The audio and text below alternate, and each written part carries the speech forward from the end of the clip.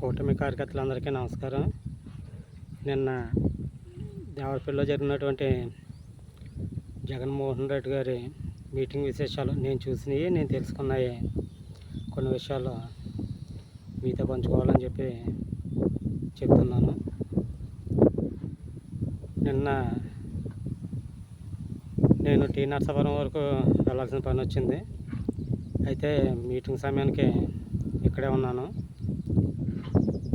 ఆ మీటింగ్ వస్తున్న జనాన్ని, అక్కడ ఉన్న జనాన్ని కొంతమందిని కలవడం జరిగింది, మాట్లాడడం జరిగింది. మీటింగ్ అయ్యాక చాలామంది చెప్పుకున్నటువంటి విషయం ఏంటంటే, మీటింగ్కి చాలా జనం వచ్చారు, అద్భుతమైన అపూర్వమైన స్పందన వచ్చిందని చెప్పి జనాలు కొంతమంది చెప్పుకోవడం జరిగింది. అయితే వాస్తవానికి అక్కడ జరిగింది ఏంటంటే, నేను స్వయంగా అడిగి తెలుసుకున్నటువంటి విషయం మీకు చెప్తున్నాను. అక్కడ కొంతమందిని అడిగాను, మీరు వైసీపీ పార్టీ అని. అవునండి అని చెప్పారు. మరి కొందరిని అడిగాను, కాదండి అని చెప్పారు. మరి మీటింగ్కి ఎందుకు వచ్చారండి, మరి మీరు ఎవరు అని అడిగాను. అలాగా చాలామందిని అడగడం జరిగింది. అందరూ చెప్పినటువంటి విషయం ఏంటంటే, అదిగో వైసీపీ జెండాలు పట్టుకున్న వాళ్ళంతా వైసీపీ వాళ్ళండి, మెల్లో పచ్చకండ వాళ్ళు వేసుకున్న జనం రైతులండి, వాళ్ళ ఏ పార్టీకి చెందిన వాళ్ళు కాదు, రైతులండి అని చెప్పారు. అంటే నిన్న దేవరపల్లి వచ్చినటువంటి వారిలో వచ్చిన జనాభాలో సగం మంది ఆ పార్టీ కార్యకర్తలు అయితే, సగం మంది సామాన్య సాధారణ రైతులు. మొత్తం వారిని వీరిని కలిపి వాళ్ళు మాకు అమోఘమైనటువంటి జనం వచ్చారని చెప్పి వారు చంకలు గుద్దుకోవడం జరిగింది తప్ప, సగం మంది సాధారణ రైతులు, ఏ పార్టీకి చెందినవారు కాదు. అంటే వచ్చిన జనాభాలో సగం మాత్రమే ఆ పార్టీ సభ్యులు. మీటింగ్ అయిపోయాక వారి స్పందన మళ్ళీ తెలుసుకున్నాను. మరి కొంతమందిని కలిసాను. వాళ్ళు ఆ పార్టీ కార్యకర్తలు చెప్పింది ఏంటంటే, అబ్బో చాలా అద్భుతంగా జరిగిందండి, ఇసుకేస్తే రాలినటువంటి జనం అని చెప్పారు. పచ్చకండు వాళ్ళు వేసుకున్నటువంటి వ్యక్తులను అడిగాను, ఏమంటే గవర్నమెంట్ వారు 10 రూపాయలు పెంచారు మాకు, ఈయన రావడం వల్ల, ఈయన ఏదైనా మాట్లాడడం వల్ల మాకు మరో 10-20 రూపాయలు పెరుగుతుంది అనుకున్నా, కానీ దానికి సంబంధించినటువంటి ఎటువంటి వ్యాఖ్యానాలు ఆయన దగ్గర నుంచి మాకు రాలేదని చెప్పి నిరాశగా వెళ్ళారు. అయితే నేను నిన్న ప్రయాణం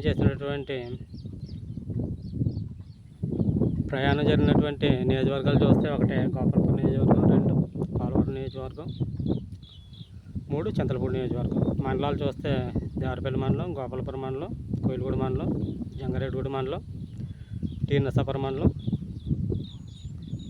ఇంతవరకు. అయితే నేను అక్కడ వెళ్ళినటువంటి కార్యక్రమానికి వచ్చినటువంటి జనాలు చూస్తే, చింతలపూడి మండలం వాళ్ళు, గోకురం మండలం వాళ్ళు, బుట్టగూడ మండలం, ఇక నేను వెళ్ళినటువంటి దేవరపల్లి, గోపాలపురం, జంగారెడ్డిగూడ, కోయిలగూడ మండలాలు, అన్ని గ్రామాల నుంచి వచ్చినటువంటి జనాలందరూ కూడా అక్కడ కలుసుకున్నప్పుడు నాకు స్వతహాగా ఉన్నటువంటి మాట్లాడేటువంటి అనుభవంతో అక్కడ ఉన్నటువంటి పెద్దలను కూడా మాట్లాడించడం జరిగింది. అక్కడంతా సామాన్య మధ్య తరగతి అటువంటి కుటుంబాల సభ్యులు వచ్చారు. వాళ్ళందరూ కూడా రైతువారి. ఆ ఏరియా అంతా కూడా, నేను చెప్పినటువంటి ఏరియా కూడా మెజారిటీ బ్యాన్ సేద్యం చేసేటువంటి వ్యక్తులు. వారిని కూడా అడిగాను. అడిగితే వారి నుంచి కూడా వచ్చిన స్పందన, ఏమంటే ఎవరైతే ఏంటి, రైతుగా 10 రూపాయలు కలిస్తే మంచిది, మేము ఈరోజు ఈ కార్యక్రమం ఉంది కాబట్టి ఇక్కడికి వచ్చాం, కానీ లేదంటే మేము కూడా ఇష్టం ఉన్నా ఇష్టం లేకపోయినా ఆ మీటింగ్కి వెళ్ళేవాళ్ళం, మా గ్రామాల నుంచి కూడా అక్కడికి వెళ్ళారని చెప్పారు. అంటే ఈ మీటింగ్కి చింతలపూడి నుంచి జనం వచ్చారు, పోలవరం నియోజకవర్గం ఉన్నటువంటి అనేక మండలాలు, అక్కడి నుంచి కూడా ఈ మీటింగ్ వచ్చారు. ఇక మన గోపాలపురం నియోజకవర్గం అయితే చెప్పట్లేదు, 4 మండలాల నుంచి జనాన్ని తరలించారు. కొన్ని గ్రామాల నుంచి స్వచ్ఛందంగా కూడా వచ్చారు, రాలేదని మనం అనకూడదు. పక్కన ఉన్నటువంటి నిడదవోలు, గూడెం, కొవ్వూరు,